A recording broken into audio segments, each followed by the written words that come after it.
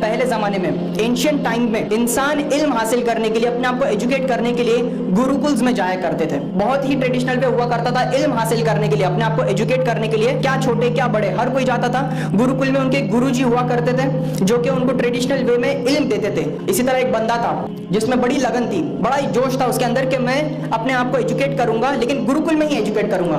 मैं अपने आप को गुरुकुल में ही जाकर अपने आप को कुछ सीखने का मौका दूंगा। तो वो जाता है अपने गांव के एक पास के गुरुकुल में जाता है। वहां पर जाने के बाद गुरु से मिलता है और कहता है कि मैं पढ़ने के लिए बिल्कुल तैयार हूं और उसके लिए मुझे चाहे कुछ भी करना पड़े, पर मैं आपके गुरुकुल में आकर पढ़ना चाहता हूं। वो गुरुजी कहता है कि बिल्कुल, किसी को पढ़ने से मना ही नहीं है, तुम बिल्कुल पढ़ सकते हो, लेकिन पढ़ते वक्त तुम्हें काफी सारी मुश्किलात दरपेश आएंगी।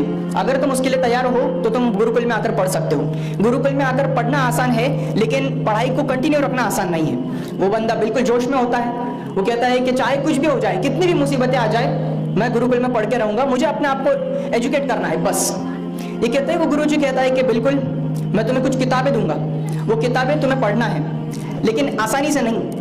गांव से कुछ दूर, कुछ किलोमीटर दूर एक जंगल है, घना सा जंगल है। उस घने से जंगल में एक फलाना पेड़ है, एक फलाना दरख्त है। उस दरख्त के नीचे बैठकर तुम्हें मुसलसल 3 साल तक ये किताबें पढ़नी है। पूरे 3 साल तुम्हें उस दरख्त के नीचे बैठकर अपनी पढ़ाई करनी है। और उस वक्त उस जंगल में तुम्हें काफी सारी चीजें परेशान करेगी। अगर उस जंगल में तुम कुछ पैसे लेकर जाते हो तो वहां पर तो काम नहीं आएंगे पैसे।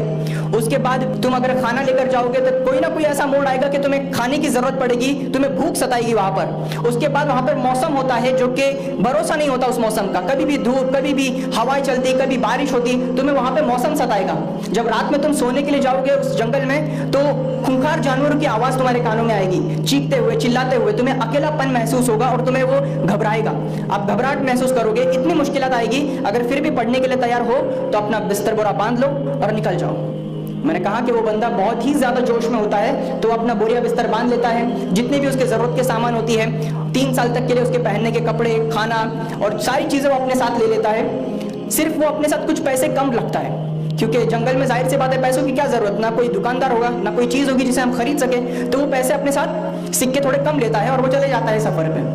वो जाता है रास्ते में, तो गांव से जंगल तक जाने का जो रास्ता है, उस बीच सफर में ही उसके पास जितने पैसे होते हैं वो खत्म हो जाते हैं, वो सिक्के खत्म हो जाते हैं। वो पहुंचता है, उस दरख्त को ढूंढता है, उस दरख्त के नीचे बैठकर अपनी किताबें खोलना शुरू करता है और पढ़ाई शुरू करता है। कुछ दिन जाते हैं, हफ्ते जाते हैं, महीने निकल जाते हैं और साल बीत जाता है। तो जो खाना उसके पास होता है, जो रिजर्व उसने अपने साथ लिया होता है, वो धीरे धीरे सड़ना शुरू होता है। रहता तो बहुत सारा खाना उसके पास, लेकिन वो खाना खाने लायक नहीं होता। उससे अच्छा इंसान खाना ही ना खाए, ऐसी हालत हो जाती है उसकी। तो उसके गुरुजी ने जो कहा था कि तुम्हें भूख सताएगी, तो वो धीरे धीरे उसे एहसास होना शुरू होता है कि मुझे भूख सता रही है। उसके बाद जब भी वो रात में सोने के लिए जाता तो वहां पर आसपास जितने भी परिंदे जरिंदे होते हैं, जानवर होते हैं, उनकी आवाज उसे डराने लगती थी। वो रात में सो नहीं पाता था, कभी भी कभी-कभार अगर उड़ जाता था नींद में से, क्योंकि वो अकेलापन उसे सता रहा था, जो कि उसके गुरुजी ने कहा था। उसके बाद उसने जो कपड़े लिया था अपने पास, वो कपड़े मौसम की वजह से फटने शुरू हो जाते हैं। कभी भी कड़कती धूप होती, कपकपाती ठंड होती, तूफानी बारिश होती, लेकिन वो बंदा अपने दिमाग में सिर्फ एक ही बात रखता है कि मेरे गुरुजी ने कहा था कि काफी सारी मुश्किलात मेरे सामने आएंगी, चाहे वो मौसम हो, चाहे वो जानवर हो, चाहे वो अकेलापन हो, चाहे वो भूख हो।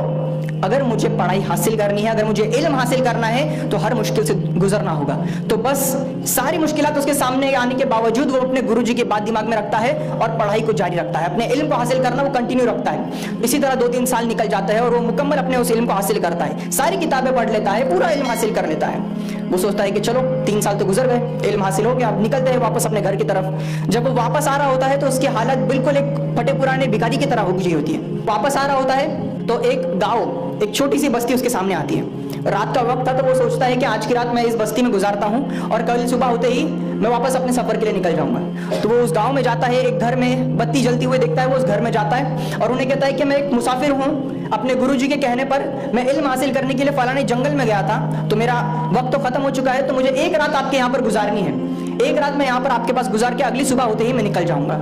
अब वो लोग बड़े भले होते हैं, वो लोग उस बंदे को अंदर बुलाते हैं, उसे अपने मेहमान के जैसा उसे ट्रीट करते हैं, उसके अच्छे से मेहमान नवाजी करते हैं। जैसे ही वो बंदा उस घर में जाता है तो उस घर में जितने भी लोग होते हैं, छोटे बड़े, एक बड़ी फैमिली होती है, वो सारे लोग उससे बातचीत करना शुरू करते हैं, वो सारे लोग उससे अपने दुख सुख शेयर करना शुरू करते हैं। छोटे छोटे बच्चे होते हैं, वो उससे हंसना खेलना शुरू करते होते हैं। जंगल में उस बंदे को जो उसका अकेलापन सता रहा था, जो उसे घबराहट महसूस हुआ करती थी, वो मुसीबत उसकी दूर हो गई कि लोग उसे मिल गए, वो आपस में बात कर सकता था, वो अपनी बातें लोगों से शेयर कर सकता था और वो फैमिली वाले अपनी बातें उस बंदे को बता सकते थे।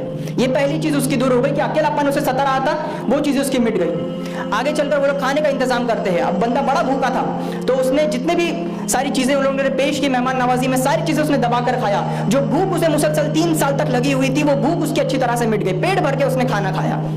उसके बाद वो लोग रात में गपशप करने के लिए, बातें करने के लिए लकड़ियों में आग लगाकर उसके पास गहरा बनाकर बैठ गए और वहां पर उस आग से उसे राहत महसूस हुई। उसे जो मौसम सता रहा था, कभी भी धूप होती, कभी भी सर्दी होती, कभी भी बारिश होती, तो उस बंदे को एक कंफर्टेबल माहौल मिल गया जहां पर वो चैन की सांस ले सके। और जो मौसम उसे सता रहा था उस जंगल में मुसलसल 2-3 साल, वो उसकी तकलीफ दूर हो गई। लेकिन सबसे पहली चीज जो उसके पास खत्म हो गई थी, वो क्या थी? पैसा। जो सिक्के उसके पास खत्म हो गए थे, वो तो अभी तक उसके पास मुसीबत है। अभी अगर वो बस्तियों में, गांव में आता है तो कुछ खरीद नहीं सकता। बस उसके कुछ मुश्किलात में से उसकी 1-2 मुश्किलात हल हो गई और वो लोग रात को सोने के लिए जाते हैं। जैसे ही वो लोग सोते हैं, आधी रात होती है, तो उसके कानों में फिर से एक चिल्लाने की आवाज आती है, बहुत ही जोर से चिल्लाने की आवाज आती है। वो घबरा कर उठता है, वो घर वालों से पूछता है कि आवाज कैसी है। तो घर वाले कहते हैं कि हमारी इस बस्ती का जो राजा है, उस राजा के बेटे को एक अजीब सी बीमारी है, जिसके दर्द की वजह से वो रोज रात को ऐसे चिल्लाता है और हमें तो इसकी आदत पड़ गई है। वो बंदा कहता है कि इस आवाज सुनकर मैं दोबारा सो नहीं पाऊंगा, मुझे देखना है, शायद मैं राजा के बेटे का कुछ इलाज कर सकूं। ये जुमला वो कहता है। ये जुमला कहते ही वो लोग उसे राजा के पास लेकर जाते हैं। राजा को वो कहता है कि शायद मैं आपके बेटे का इलाज कर सकता हूं। वो राजा कहता है कि मैंने गांव के, शहर के मशहूर और उम्दा हकीमों को बुलाया, कोई भी मेरे बच्चे का इलाज नहीं कर पाया, और तुम ये दावा कर रहे हो कि तुम मेरे बच्चे का इलाज कर सकते हो। अगर तुमने मेरे बच्चे का इलाज कर दिया तो मैं अपनी सल्तनत में से, अपनी जायदाद में से आधा हिस्सा तुम्हारे नाम कर दूंगा, और अगर मेरे बच्चे को अगर कुछ भी नफा नहीं पहुंचा, अगर वो ठीक नहीं हुआ, तो मैं तुम्हें यहीं पर जिंदा मार दूंगा। अब वो बंदा कहता है कि अपने सिपाहियों को लो और फलाने जंगल में भेजो, और उस जंगल में एक दरख्त है, एक पेड़ है, उस पेड़ के पत्ते निकालो और उस पत्ते का रस निकालकर आपके बच्चे को पिलाओ। और वो बंदा उसी दरख्त की बात करता है जिस दरख्त के नीचे बैठकर उसने 3 साल मुसलसल अपने गुरुजी के कहने पर इल्म हासिल किया हुआ होता है। वो अपने सिपाहियों को भेजते हैं, सिपाही जाकर रस लेकर आते हैं, उस पत्ते का और बच्चे को पिलाते हैं। बच्चा तंदुरुस्त खड़ा होता है उसके सामने, राजा को गले मिलता है बच्चा, तो राजा बड़ा इमोशनल हो जाता है और अपनी सल्तनत में से पूरी आधी जायदाद उस बंदे के नाम करता है। जो सबसे पहली मुसीबत उस बंदे को थी, अपने पैसे की परेशानी, वो भी उसकी दूर हो जाती है। सारी मुश्किलात को उसने अपने लाइफ से दूर कर दिया, अपने मुश्किलात को हल कर दिया, सिर्फ और सिर्फ इल्म हासिल करने की वजह से।